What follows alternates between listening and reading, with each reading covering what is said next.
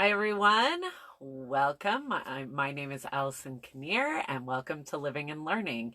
Living and Learning is every Wednesday at 3 p.m., where I hop on and talk about life, about living, about learning, tell a little story. And today I'm going to be talking about the fear of missing out and how that relates to work-life harmony. This whole month, I'm going to be talking about work-life harmony. That's my term for it. Some people call it work-life balance. Some people call it work-life integration. You can call it what you like, but basically what I think about is the harmony that can exist between our work life and our home life, between our professional and our personal lives, and how we can harmonize that a little bit so that we're feeling less overwhelmed, less anxious, less stressed. And today I'm going to be talking about fear of missing out, FOMO, as it's called. Hello, Allie. Welcome. So glad to see you here.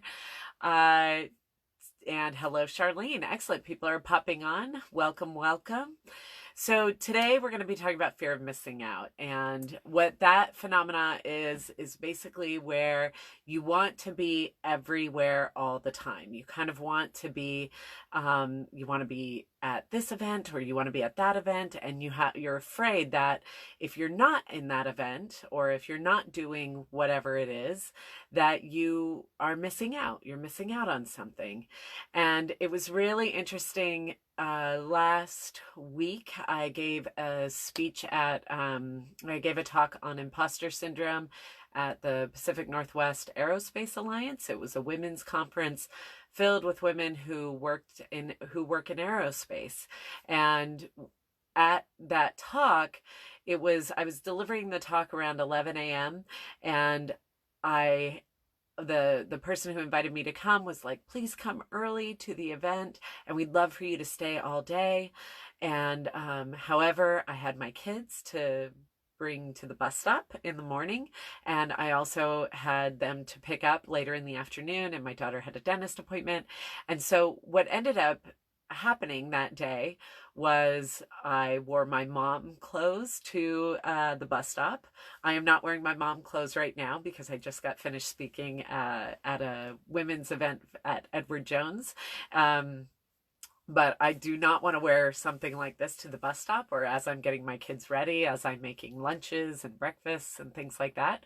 So I was wearing my mom clothes to the bus stop, dropped the kids off, came back home, put on my makeup, got dressed, headed to the conference. And when I got there, a few of the people were like, "Oh, good! I'm so glad you're here. We were really worried. We're so glad that you made it. We weren't sure if you were going to make it on time or not." And I got there about an hour and a half early before I was supposed to go on, but I missed the morning, and I ended up staying at the conference. I spoke, and then I stayed at the conference for a couple of hours afterwards. But then it was kind of getting crunch time, and it was time for me to leave, and it was hard to extract myself and get back into the bus stop. But I made it in time, just in time to change my clothes quickly, make it to the bus stop, and take my daughter to her dentist appointment. And I described this to you because it was kind of fun. I was really glad that I was able to be in mom mode for my kids, and then I was really glad to be in professional speaker mode for the day. And what I realized at the end of the day was I didn't have a lot of fear of missing out. Normally, or in the past, not normally, but in the past, I would have been beating myself up because I wasn't at the conference in the morning when everything started. Hello, Kathy. Hi.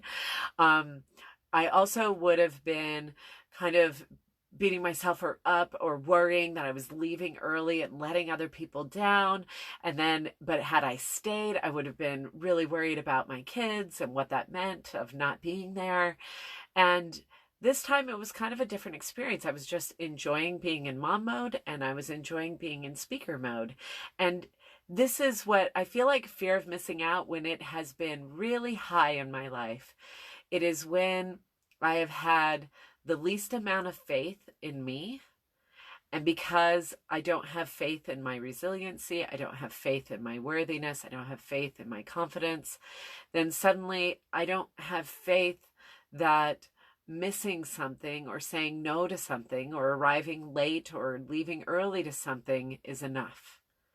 And part of that is a reflection of it not, my internal world of scarcity and not enough. I project that onto the rest of the world. Hello, Zugi. Hello. So glad to see you here. So this is how fear of missing out happens. It's like when we lack our own faith in ourselves, then we lack the faith that we're in the right place at the right time. The other thing that I've noticed is that when I am trying to prove myself to everyone, when I'm trying to prove that I'm good enough, then the fear of missing out comes up more as well, because I'm trying to prove that I'm good enough to everyone and I'm trying to be everything for everyone.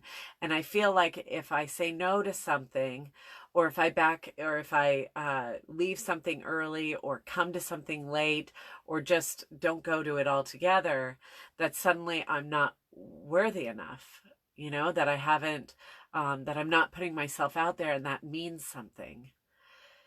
So the thing that has helped me with fear of missing out when it comes to, because when you're in the fear of missing out, when you're in that, it's exhausting.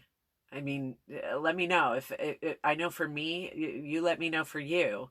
But what I've seen in myself and what I've seen in my clients is that it's exhausting, it's anxiety producing, and it wears us out. And we don't really know where to put our boundaries on. And like, if we say no to something, that boundary might feel awkward. It might feel like, oh, I said no to this, but should I have said no to that? I don't know.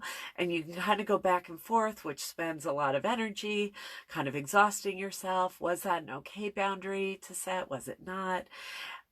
There's something about having gratitude for the moment that you're in that eases up all of that fear of missing out. I cannot be in multiple places at once, so I'm going to be right here, and I'm going to be 100% present right here, right now. So this is what we can do to help ourselves when the fear of missing out is coming and we're about to become that hamster spinning on the wheel. Allie, thank you. It is very exhausting, and I'm still working on my boundaries. Absolutely. It is a constant work in progress. And we learn about those boundaries, and we learn to be to not exhaust ourselves by setting the boundaries that feel, sometimes there are certain things where it's like, oh, when we're shitting on ourselves, when we should do something, but we really don't feel like doing it.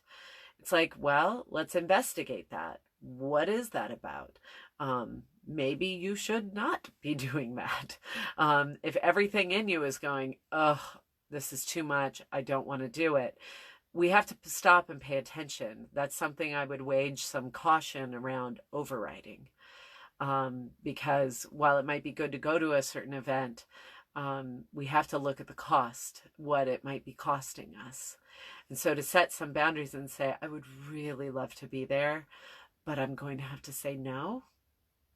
And to do the work around gratitude, around reminding ourselves it's okay to say no, and to doing some self-compassion as we set those boundaries can be ways to kind of help out with that exhaustion, to help circumvent it a bit, and to help us feel to bask in the gratitude that we have for the present moment, and to have some faith, to trust that they're going to be okay. I know people will have said this to me in my life where they're like, other people are going to be okay. Like, they don't really need you. And that always annoyed me. I was like, I'm not, I would feel myself getting like totally defensive around that. And at the same time, we don't always know the gifts that we give to other people when we say no. We usually think that when we say no, it's going to be upsetting or it's going to be hard. But really, sometimes when we say no to things, it can actually be a real gift to the other person. So, but that requires us to trust, and it's exactly, our gut usually tells us we have to trust that gut instinct in us that's saying, no, set a boundary. And so we set the boundaries, we let go of the fear of missing out, we have faith that we're in the right place at the right time, and we have gratitude for the very given moment that we're in. Those are ways that we can work to bring more work-life harmony. We can't be everywhere all at the same time for everyone. We have to do what we can in the real world. So that is my living and learning for this week. I hope it is helpful for you. If you struggle with fear of missing out, if you struggle with setting boundaries, if you feel like on the outside everything looks great, but on the inside you feel like you're failing at all costs, you are not alone. There are many people who are in the same boat as you, and that is my particular niche that I love to help people with. So if you ever want to sign up for a free consultation, I am more than happy to support you. Thank you for the love and the hearts, Allie. I appreciate it.